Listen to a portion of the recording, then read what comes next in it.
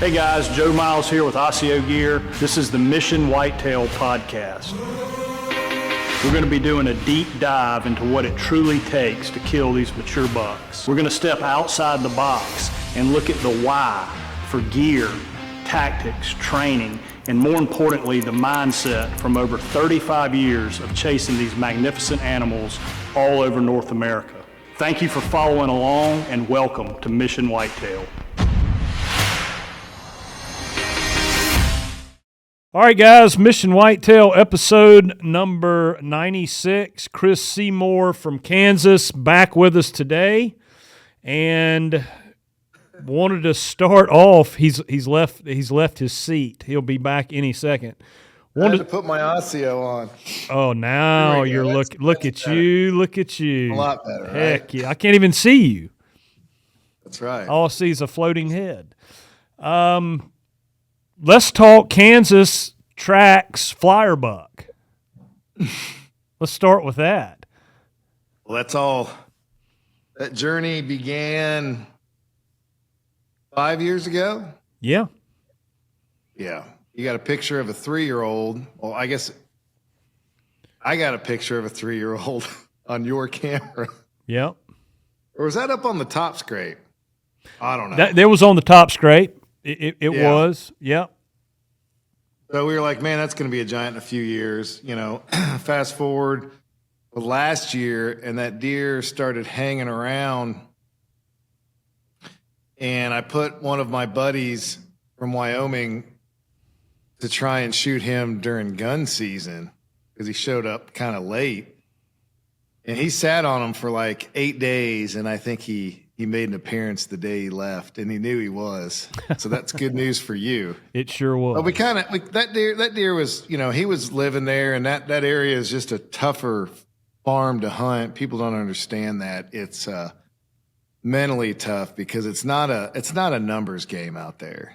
You know, you're one deer. I saw one deer in 4 days. Yeah. And it was him. Yeah. Yeah, people don't believe that. They don't understand it, and it's just like it's not really a bedding type property. I mean, it was this year, I think, because we had standing corn, and I think that was to our favor for sure. But we had multiple shooters in there, but that was the target that we wanted to get, other than the hammer 8-point. That's kind of a nocturnal enigma too. Or is he daylighted on that scrape? No, at 2 o'clock in the morning. But 2 years ago, he did on the 11th come through that funnel twice in daylight with his mouth open, searching. That's right. What that property is so good for, is that it's a long range search property. They run up and down that creek. Yeah. But it's almost like bill fishing, man. You can sit there for hours and hours and hours and nothing, and then all of a sudden, holy crap, world class. Yeah, and that's the difference. And it's open, it's Flint Hills, and those deer have some pockets, I think, that get ignored. They can get some age. You know, it's just not your typical hardwoods and a corn pile every quarter mile and people just whacking all your young deer. So you can get some age out there, and those deer will range. I mean, I'm sure, 6, 7, 8 miles is no big deal out there because it's wide open. Yeah, it is. You're right. Yep. No, I was tickled to get him, man. I really thought I was going to get to tangle with that 8-point, and the flyer, we had not seen him, and then he showed up. I think I'll have my days wrong, but got a nighttime picture of him on the edge of that cornfield, and then killed him the next day. So kind of crazy. Showed up, he came through there, and darn if he didn't come through there in daylight.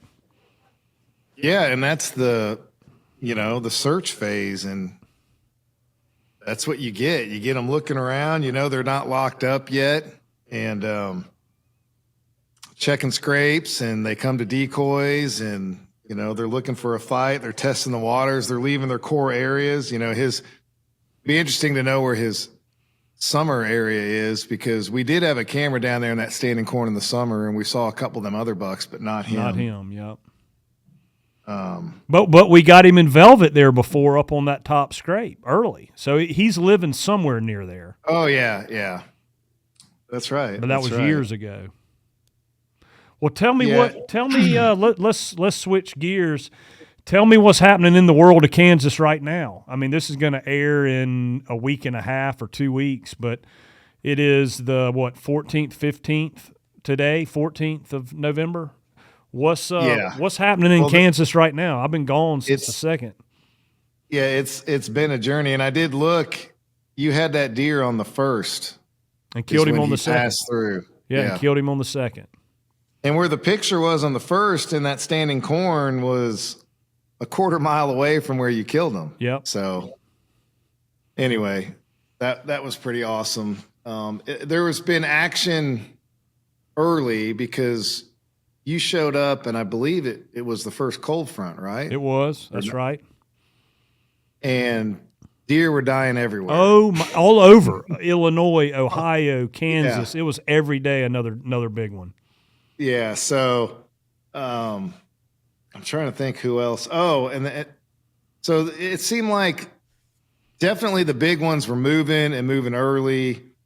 And it was just kind of exploding with action everywhere. It's been one of the most action-packed end of October up until now I've seen in a long time. Like there's been a couple slow days, maybe because of the heat or some lockdown in the last week, but man, I mean, there's been nobody that hasn't had an encounter. I think I've had a dozen hunters in and out by now, and I'm pretty sure everyone's had some type of opportunity or an encounter they could have cashed in on, so. And it just goes back to weather, right? I mean, weather, it was the perfect storm. It was the end of October, 1st of November, perfect weather. Daytime temperatures not getting over 60, getting down into the upper 20s, freezing mornings, and it was perfect. Yeah, I think the weather, we all know, you get ahead of those fronts and it's deadly. The movement, it's not questionable, and we've had kind of all kinds of moon phases, and that weather hits, and I feel like it trumps everything on top of a doe. Yeah. But there's definitely a lot on the side, a lot that correlated the first 2 weeks of November, because we were even hunting during a full moon, and I had a client that I was helping out, Bill, and we had a hammer 10-point come in, and I mean, looking back, we probably should have taken a shot at this buck, and we let him walk because we were chasing a bigger one. But, and that's what you got to do, I guess. But that was a full moon, and that deer was trolling all by himself, and he was hitting all the cameras and going to a couple feeders and just making his rounds. But that big one, the bigger one, and that was a 5-year-old deer that we let walk, and probably 155-inch, maybe 160-inch 10-pointer. But the other one had bigger frame and stuff that we were chasing, and it wasn't till after the first week in November, because they had just left, and that's when that second front really hit. And it was last weekend, and everything just went crazy again. I mean, that cold hit, and I remember driving, and it was like, boom, Brian Smith killed, and Miles shot, and Jeffrey had an encounter, and Duke shot. I was like, should have been on 4 tracks that night. It was crazy. So, you've been doing this for how many years? 25 years. 25 years. Long years. Yeah, in fast, quick years. In one of the best areas in the country for big whitetail deer. What would you say? I mean, and it's not like you're getting feedback from just your own experience. You're getting feedback from lots of people during the prime time. What in those 25 years of experience, what are you saying? Like for a guy let's say a guy's got some flexibility, and he's got a lease or whatever in Kansas. What should he be looking for? Well, it depends what kind of a hunter, for sure, and when they want to hunt. And every season is just completely different, and you set up for them differently. And it's hard when somebody wants to hang once, because now it seems like I deal more with, I have all these land clients I've sold land to that want help or advice, and that's great. But it's hard to get in the mindset of, well, are you hunting the rut? Are you hunting which phase of the rut? Are we hunting October, September? Because it's all different. And if you want to buy one box blind and try and do it all, it's just tough, Mm-hmm. And then you get into are you crossbow hunting? Are you bow hunting? Oh, I've got that on my list. Don't worry, we're going to get into that. Are you muzzleload hunting? So it just, there's a lot of dynamics that goes into it. But all right, well, here, let me rephrase the question, counselor. I'm going to rephrase. Was that a politician's answer? No, it was good, and my question wasn't phrased correctly. You are a South Carolina bow hunter that wants to come hunt in Kansas, and you're coming to hunt on a lease that you have in Kansas. And now you're going to say, well, Does that lease set up for early season? Does it set up for the rut? Well, let's just say we're hunting the rut, right? Yeah, hunting the rut. Rut. And what you can't, let's say you can be gone for 10 days. What are you, you're looking for the cold front. You're looking for the cold weather. The end of the Halloween to the 11th of November. If it's cold weather, you need to have your butt here. Yeah, absolutely. And here's the other thing that a lot of guys, I'm sure you heard it too, is all these guys running these feeders, and I was hearing it from land clients or even people that sitting on feeder. Where's my bucks? Where's my bucks? And all the deer that were getting killed, yours, the guy from Missouri, you got to get away from them feeders. It's like the deer just didn't care. They were in the travel corridors and the bedding areas. And a lot of people were making mistakes of just staring at a corn pile when you need to get off of it, And as far as I've got sets that do both for people. And that's a whole nother topic, but there's some people that they just want to see deer. They want to see deer, There was a comment made at one of the dinners, like, yeah, we should have came the week before. And with a group. And the guy was like, well, I killed. You should have killed. The other guy shot. Like, what are you talking about? The one guy, he had a target deer come in and chase a doe off of his feeder and ran, and he couldn't get it stopped. It's like, yeah, it's not a stationary foam target. There's some people too that, they ask me, how it is. Some people are coachable and some people act like they want to be, they'll ask a few questions, but they still kind of do their thing. So, and I'm not gonna, I always tell them it's your hunt.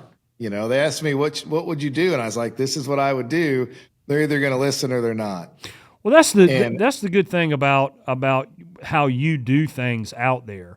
I've been fortunate with the relationship and been able to sublease some stuff from you or whatever you want to call it. But you'll give a guy a property and some trail camera information or some intel on it and say, have at it, brother. Go kill you a buck. And I think that's a lot of to me that's pretty rewarding, is when you're able to actually go in there as a non-resident guy and get the deer killed yourself, right? But there's other folks that want to have he's coming out at 4:00 in the afternoon on the corn pile. You need to sit there for the next 3 afternoons and you'll get him. Basically, I won't say tied up. It's the same cliche too. Like, okay, if he's at the feeder 1% of the time, where's he the other 99%? It's like, just it's not rocket science, but it's like sometimes there's some tunnel vision, and that's effective. I actually think I don't care what you do as long as it's consistent. Sometimes I spoil hunters because we have too many properties and options, and the grass is always greener. Mm-hmm. And it's like if we have a good deer that's on camera or you've seen them, it's just stay put, as long as the wind's right. So, you can. I can nudge them, but sometimes they do their thing. But there's no doubt if a guy's a mobile hunter, it's so much more advantageous out here. And I got a couple here right now. I've got sets hung, but I'm like, do your thing. Yeah. It's all the same woodsmanship at the end of the day, and putting seat time in if you're in a funnel, if you're sitting on a scrape, or the decoys. The decoys have been on fire this year. The buck decoys. I mean, Yeah, we need to get into that because you're a decoy man. I have killed over a decoy. I'm personally, decoy's not necessarily my thing. I've done it, but you have proved it over and over again. Walk us through how you like to do the decoy, because it is so badass when a buck sees that decoy at 100 yards, pins those ears back, and crip walks all the way over there to him and squares up and never has a clue that the hunter is in the world. Yeah, and that's the best part of it is you can be 4 foot high with marginal breakup. As long as the wind's right, they're not looking at you. They're looking at the decoy. Yeah. So tree-wise, it gives you more options, and then you can almost treat it like a rifle hunt. The decoy is your bullet. Like it's bringing them to you from a distance. So maybe you don't have to sit on top of that feeder. You could set 200 yards from it and watch deer coming and going from it. Your entrance and your access is better. And you got a decoy out there. You see the right deer, you get his attention and he looks. If there's nothing there, he usually keeps going.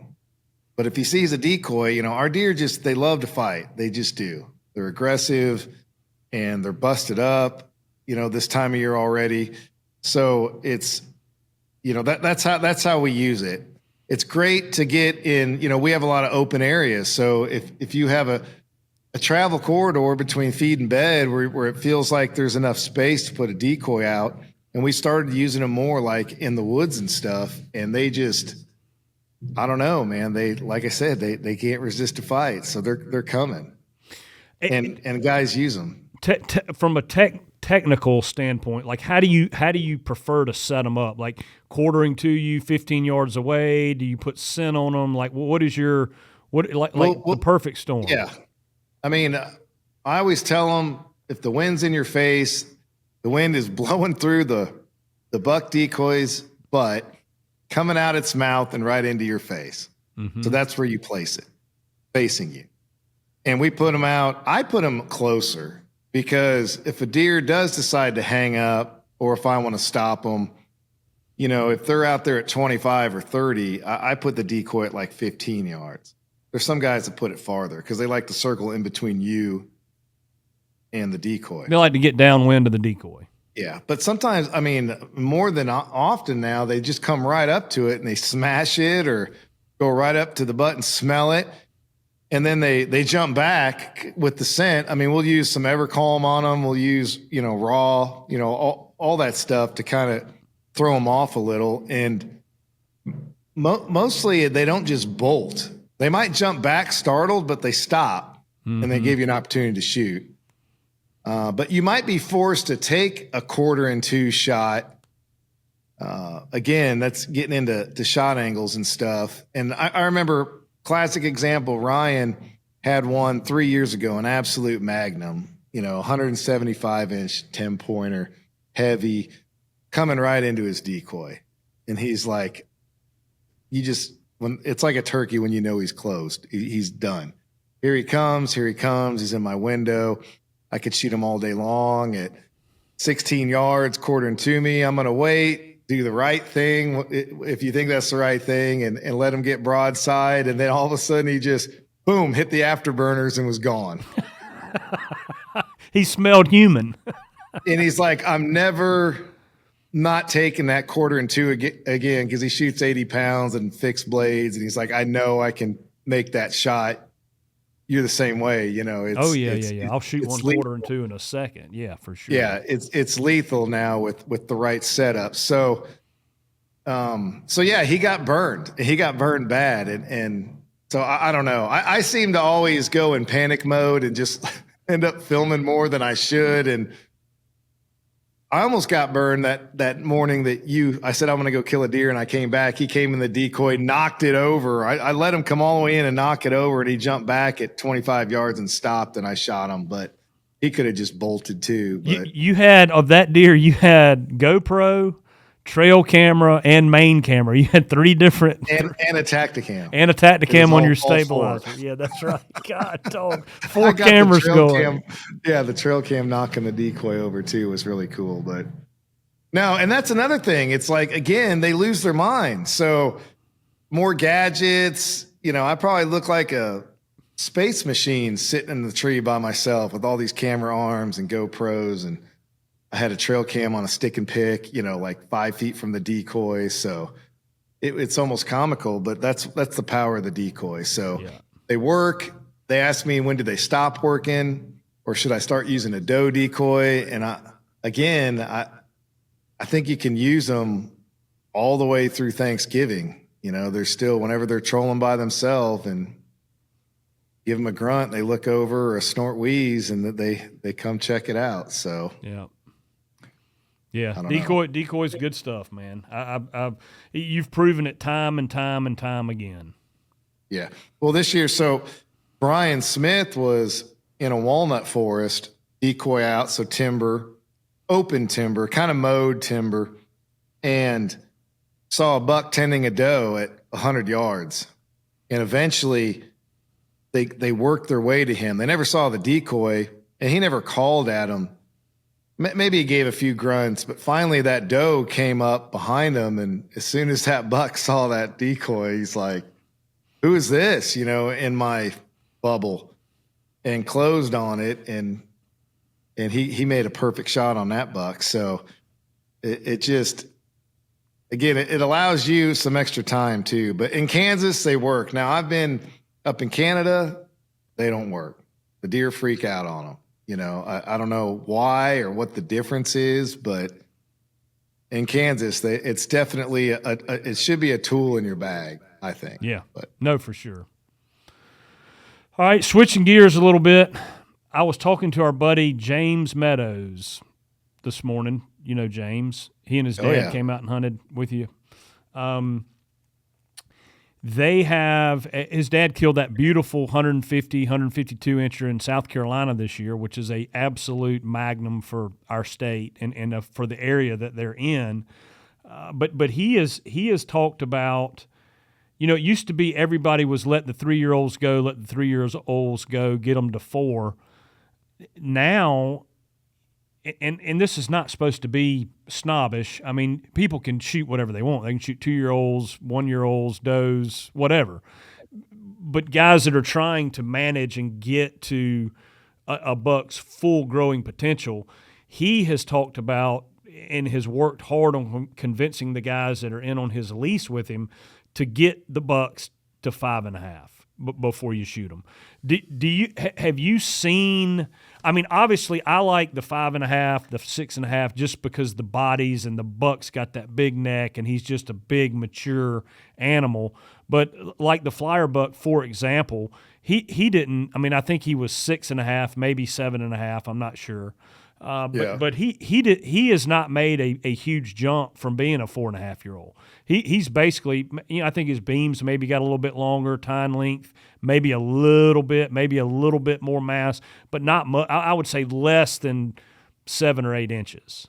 What? Yeah, I feel like our magic age is 5.5. 5.5. Is that every deer? No, but it seems like that's the difference between a 160 and a 180.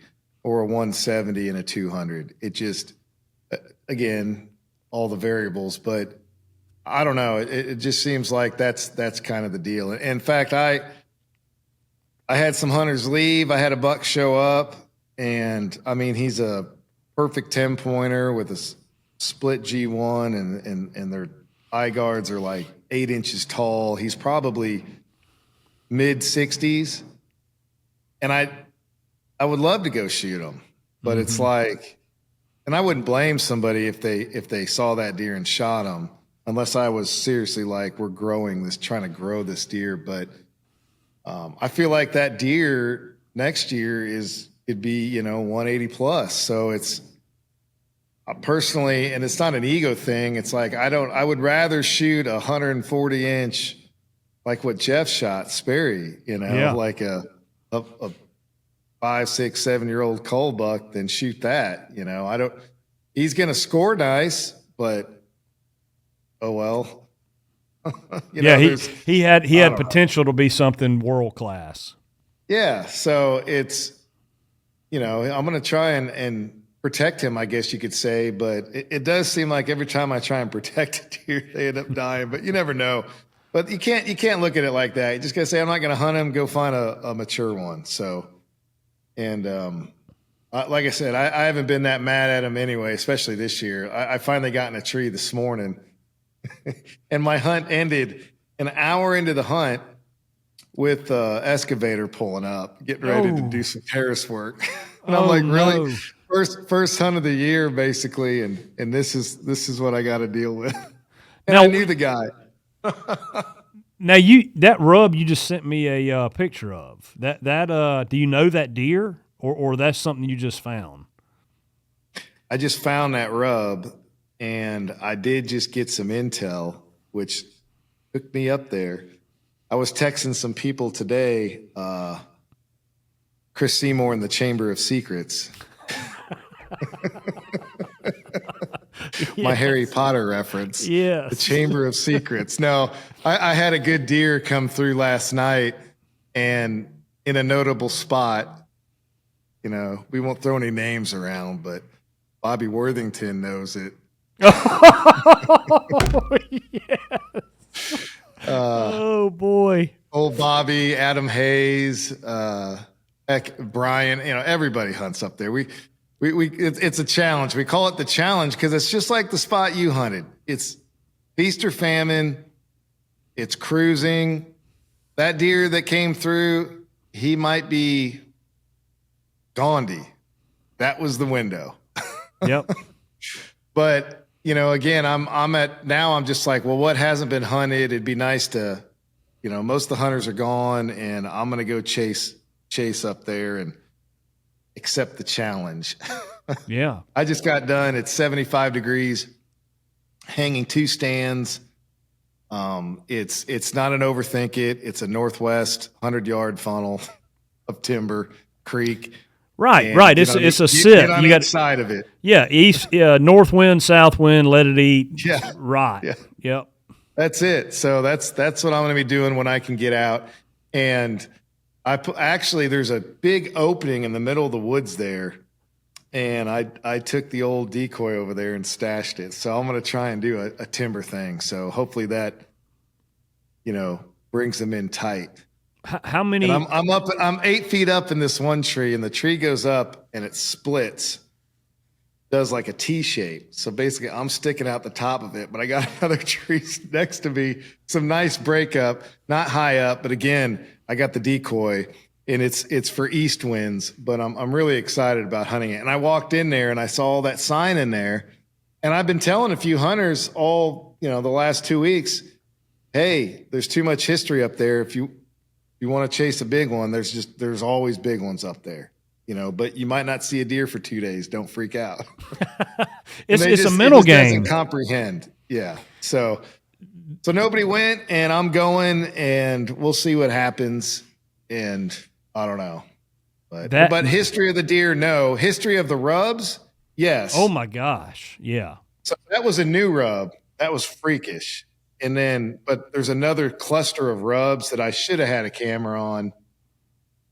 I feel like they were there October and nobody was up there, But you had a couple cameras going in there, didn't you? We had a camera for a youth hunter on a feeder, and I don't think the deer they just didn't care. They don't need that. There's so much ag up there. So I yanked the feeder out of there. I actually had Brian run up there and yank the feeder out. And I'm like, it's just time to go rut hunt that, Yep. So that's a good segue into, I feel like every time you're on, we talk about this, but we're gonna talk about it again. Bait. Has bait ruined whitetail hunting? Well, like take that spot. I mean, there's a booner in there every year. And I didn't have a picture of him on a feeder, so nobody went up there. So that's it. It's the instant gratification that we as people have come to, I don't know that appreciate is the right thing, but to expect. So you run the bait and then you see the deer and then you go and kill the deer. It seems like every podcast I listen to and every short TikTok reel you see is talking about bait and what everybody's opinion is on bait, and everybody hates bait, but everybody has to bait because the neighbor baits, and it just, God bless, it just goes on and on and on. There's really nothing good that comes out of it other than, and I'm not even saying this is good, but it can be effective on those cold fronts, and guys are flying in, and I call it an assassination. Mm-hmm. It's a planned assassination. Cell cameras going, bait piles going, you fly in. I saw a Field and Stream article or something, or Outdoor Life. They're like, hunter traveled 1,200 miles throughout the night to kill this 200-inch deer. And I'm like, is that an accomplishment? I don't know, because it's like, again, he knew he was going to probably kill the deer or expected to get a shot. Otherwise, he wouldn't have driven like that. Right. So it's just too predictable. But, as long as it's legal, whatever. But would I want them to go away with it? I think it would make hunters hunt again and everything. And I understand guys, maybe they don't have 3 weeks to hunt. Like I live here, I can hunt on and off when I want. Guys come in, they got 4 or 5 days. They want all the advantage on their sides. But it does get proven time and time again that if you're going to hunt the rut, like, you don't need to have a feeder. You just don't. A decoy is just as powerful, a funnel, a creek crossing, whatever. It's just being at the right place at the right time. So I don't know, but I wish it would. I don't know. If I had to ban one thing in Kansas, I think I'd lean more towards getting the crossbows out of archery season than the bait. Yeah, that's on my list. We crossbows, and I'll give my opinion on crossbows, and then you feel free to fire away too. But my opinion is, if it's legal, guys can do whatever they want to do. Who am I to judge how another man hunts? That's not my responsibility or what I should be doing. My thing with the crossbows, obviously, if you're disabled, it makes total sense. But the weapon is so advanced. Why don't we lobby or try and have a crossbow season? Like a season that they're crossbows. And people will blow back on that and say, okay, well, the compound bow is way more easy to shoot than a recurve or a longbow, right? The traditional, and I'm in favor for that. Have a traditional season, a compound season, a crossbow season, whatever. I mean, we don't need to get crazy with it, but I just feel like for the guy that's not using a crossbow, it is a much more challenging endeavor than using a crossbow during quote unquote archery season, because to me it's not a you don't have to hold that thing back. It's not a quote unquote primitive weapon. It's something you cock and you shoot basically like a rifle. And I have no problem with guys hunting with crossbows if that's what you want to do. I'm not judging anything. I just feel like that it's not an archery equipment. Just like we're not talking about rifles right now, they're not letting rifles into archery season, and this particular weapon to me is closer to a rifle, especially now, or at least a muzzle loader, than it is to a bow. Yeah, I mean, in the early days, it was no scopes on muzzleloader. 2-week season in September. And then you could also use that muzzleloader tag during gun season. And now with crossbows, really realistically shooting deer from 50 to 80 yards, maybe farther if a guy wants to push it accurately, just pulling the trigger. It's almost like a dang muzzleloader to me, just like back in the day. It should. Well, here's the biggest proof. I mean, how many 4-year-olds do you see holding deer? Lots. They couldn't bow hunt those. So I mean, that's the difference. Anybody can sit in a blind and pull a trigger. 90-year-old, 4-year-old, handicap, whatever. I mean, that's the point. And it's just like, I think to me, that's the real difference. All these kids that are just whacking giant deer, good for them. My kids have done it too. I don't want to act like they haven't.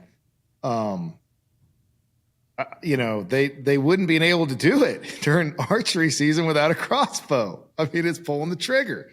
Right. So I think that lies the difference. And what happened was in Kansas, it took all them gun hunters and made them all bow hunters, quote unquote.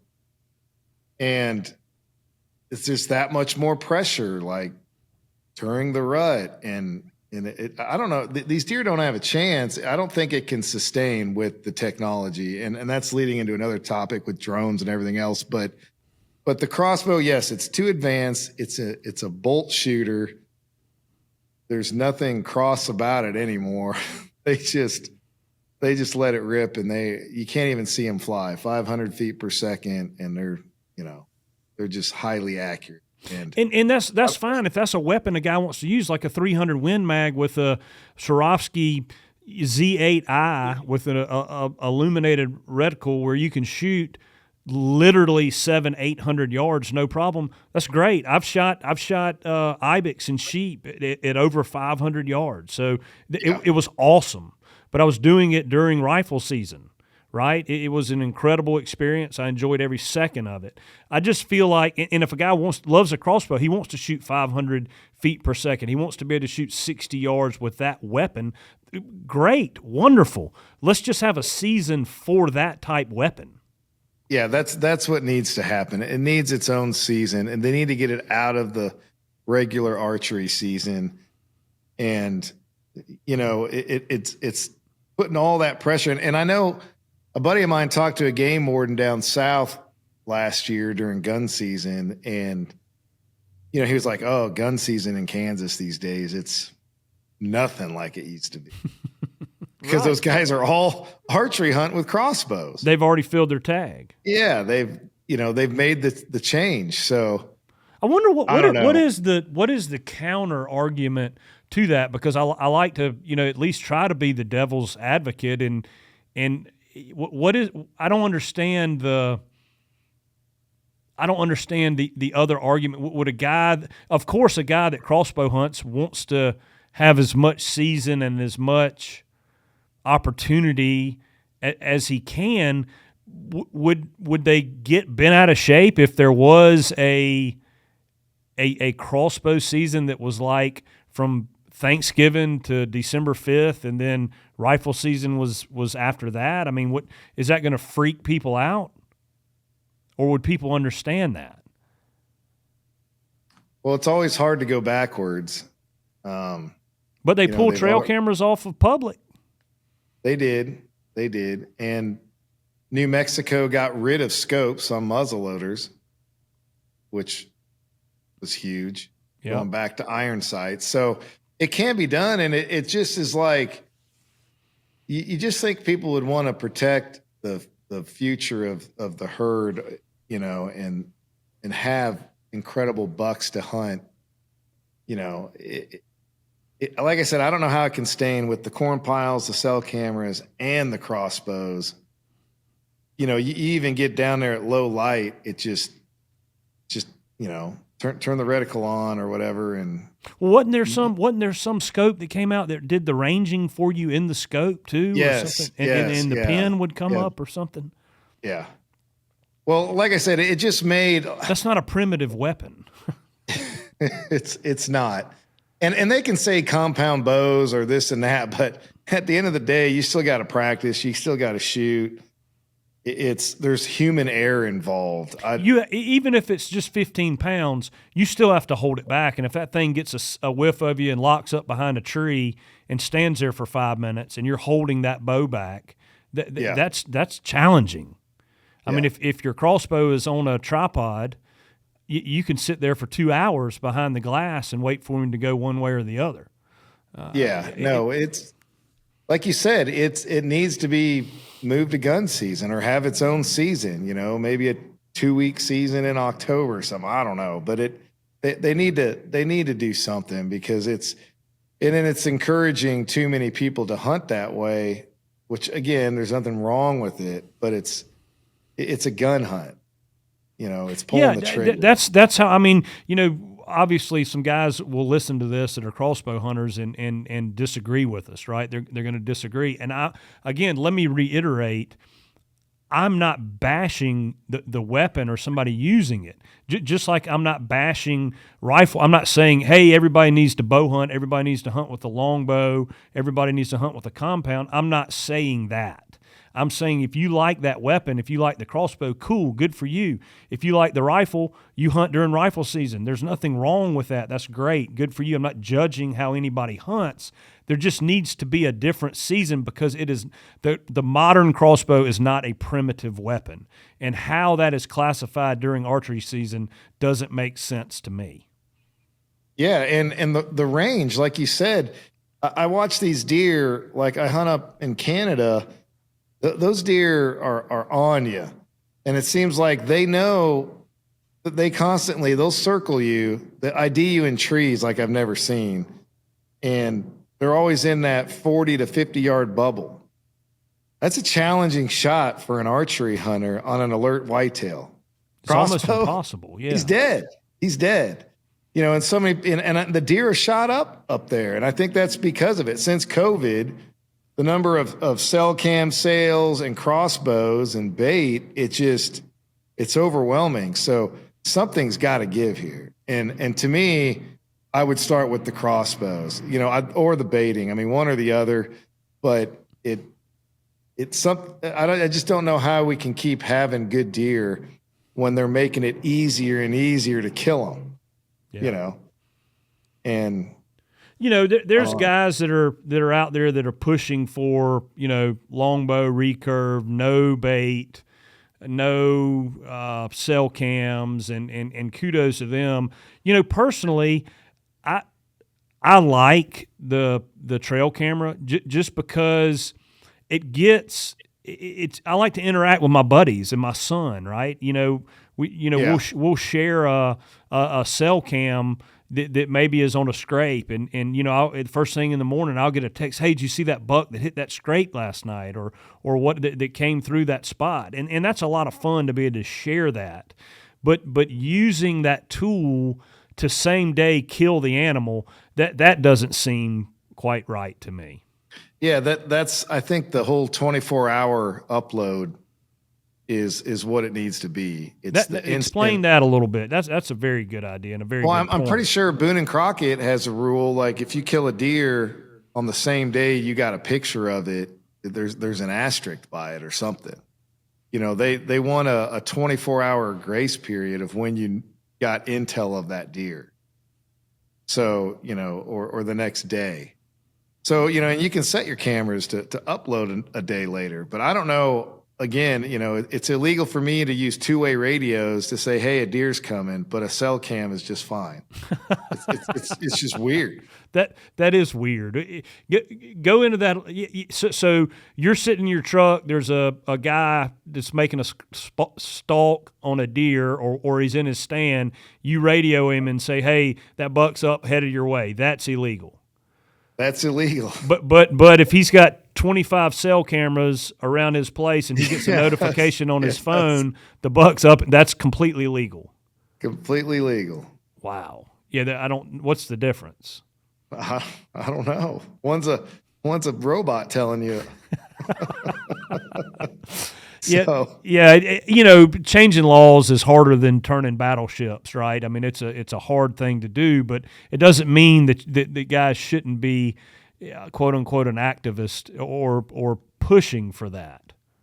Yeah, I don't know. I'm just thinking, let's quit trying to make hunting as easy as possible to shoot giant deer. I mean, that can't be the goal, because that's what it's become. And now you're getting drones involved, and that's just a whole nother can of worms and topics. I mean, I've heard some horror stories already on those. And there's a couple big ones shot around here locally that's already getting red flags that they were located with drones before they killed them, and my gosh. And that's jealousy, rumor, or fact, whatever, but it's conversation, and people are using them. Of course they are. Yeah. And it's just like, where does it stop? I don't know. When a guy says, yeah, we located the buck, I made a move in on him. Now it's like, well, what does that mean? You flew the drone over. And so I talked to a drone guy, and he has people all the time asking him to fly his thermal drone and I guess Kansas passed a law that you cannot use a drone to locate deer, period, during season. Whether you wounded them or not. Well, yeah, just look for deer, whatever. You're not supposed to use them to locate deer.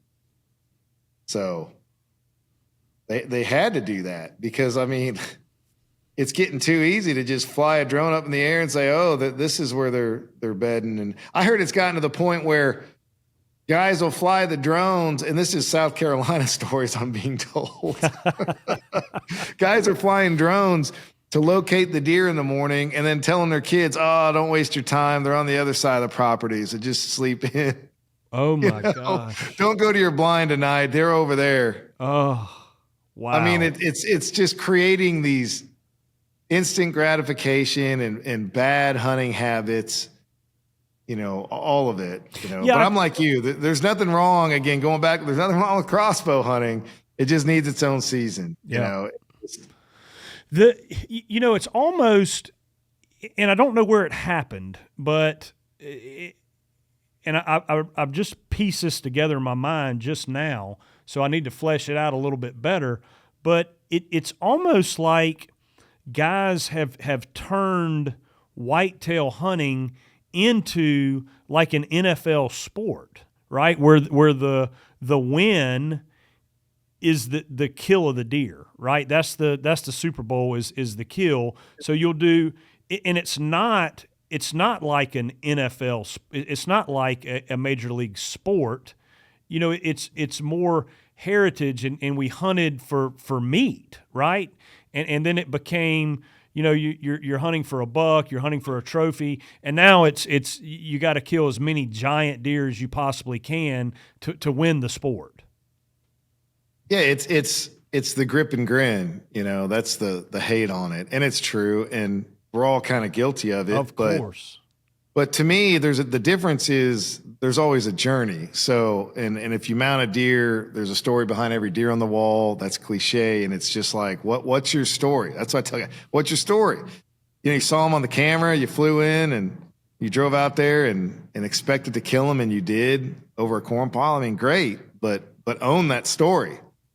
Yeah. So same thing, you put 8 days in a rut hunt, over a decoy or a scrape or a funnel. And, it's much more interesting story to tell. I guarantee it.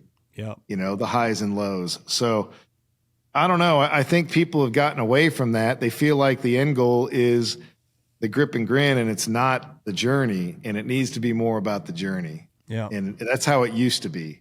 You were excited to tell the stories of your encounters and stuff. And now it's just like, here's my picture. Yeah, on to the next one. Yes. Here's my picture without the crossbow in the picture. Yeah, quit hating on them crossbows. No, I'm not hating on. Why not have the I'm cross? like anything, just own it. Just own it. Yeah. Exactly. No, I got buddies that hunt with crossbows, and I guess I can't. I mean, it's legal for them to hunt with the crossbow during archery season. So yeah, okay, I like to hunt with the crossbow. I mean, if they made gun hunting legal during archery season, I promise you, gun hunters would be hunting with rifles during archery season. Yeah, and the crossbow guys would be upset. Exactly right. Yeah, they dump the crossbow and go to the rifle. No, and I had a buddy telling me a story how he was listening to this guy showing me, I killed this buck, and this guy is a crossbow hunter, and he knows the hate he gets, right? Completely healthy, 40-year-old dude. He knows it. I'm just going to shoot this because it's easier. I don't have to practice. I can sit in a blind in a chair, lean back, and kill one. This guy's running through his resume, right? And it finally dawned on Rusty, well, what are you killing all these with? And he said a crossbow.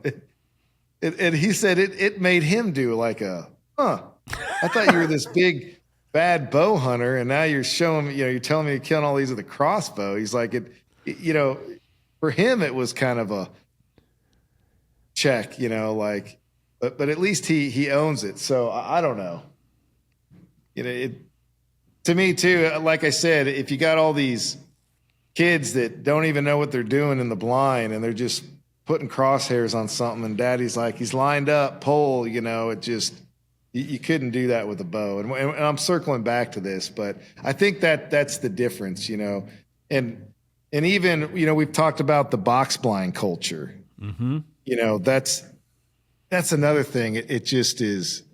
And I sell them, we're a Banks blind dealer, and we set up these properties, and now I'm setting a lot of these box blinds up for crossbow guys and bow guys. They're closer range than just guns, but I really, I don't want to say I'm turned off, but I don't want to shoot a deer in a food plot or out of a box blind.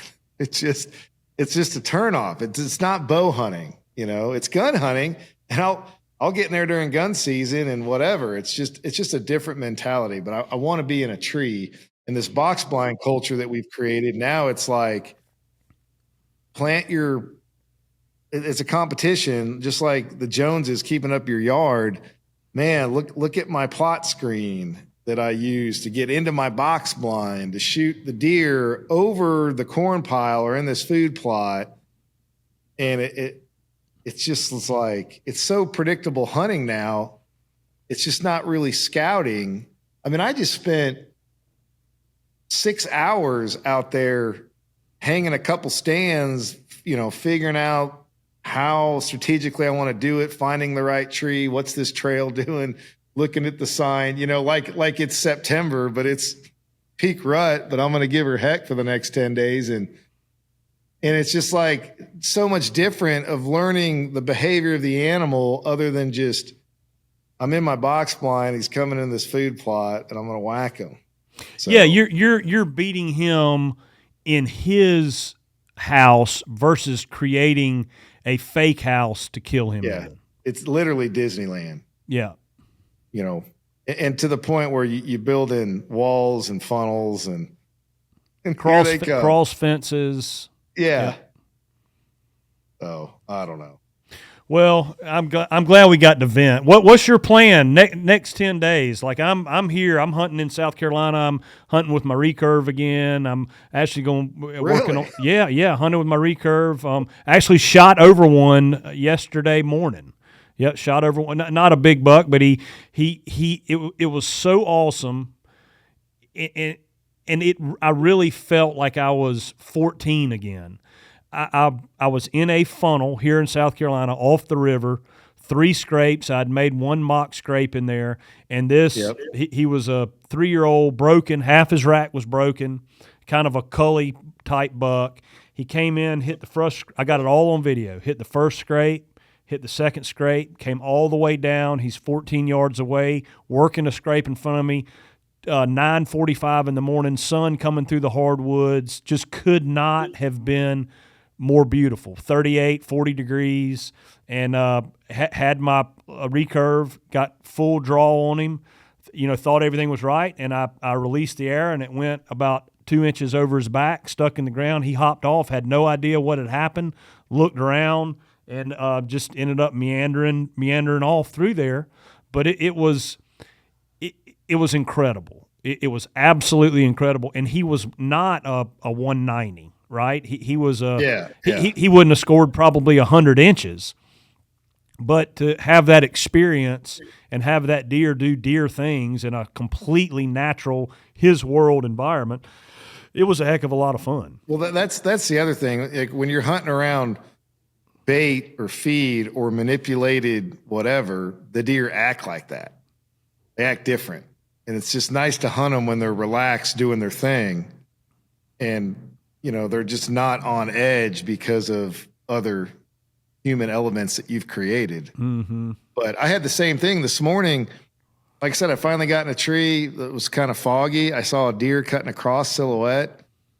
I could barely make it out. I knew it was a buck, and I just hit the antlers 200 yards away, and he's on a string just bolting to me. That was a pretty good rush until I realized it was a 2-year-old. Mm-hmm. But still, like that's, I don't know. That's hunting. Deer respond out here.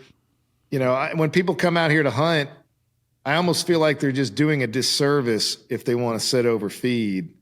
Because they're not getting the full experience. Yeah, we have such a great rut out here in Kansas. We don't have a lot of deer. I mean, there's pockets, but we got some big ones, and deer respond to calls or decoys or scrapes. They're fun to hunt. The natural way. So I think more is catching on, I guess, a little bit on that. And I do feel like some people are going the other direction. No, you see it, man. You see it. There's I'll call them crusaders that are out there that are pushing to go completely anti, manipulation and making it easier and easier and easier and anti-technology. A push to go the other way, and I can get on board with that. Yeah, no, I same here. I mean, I didn't put a cell camera up in that funnel today.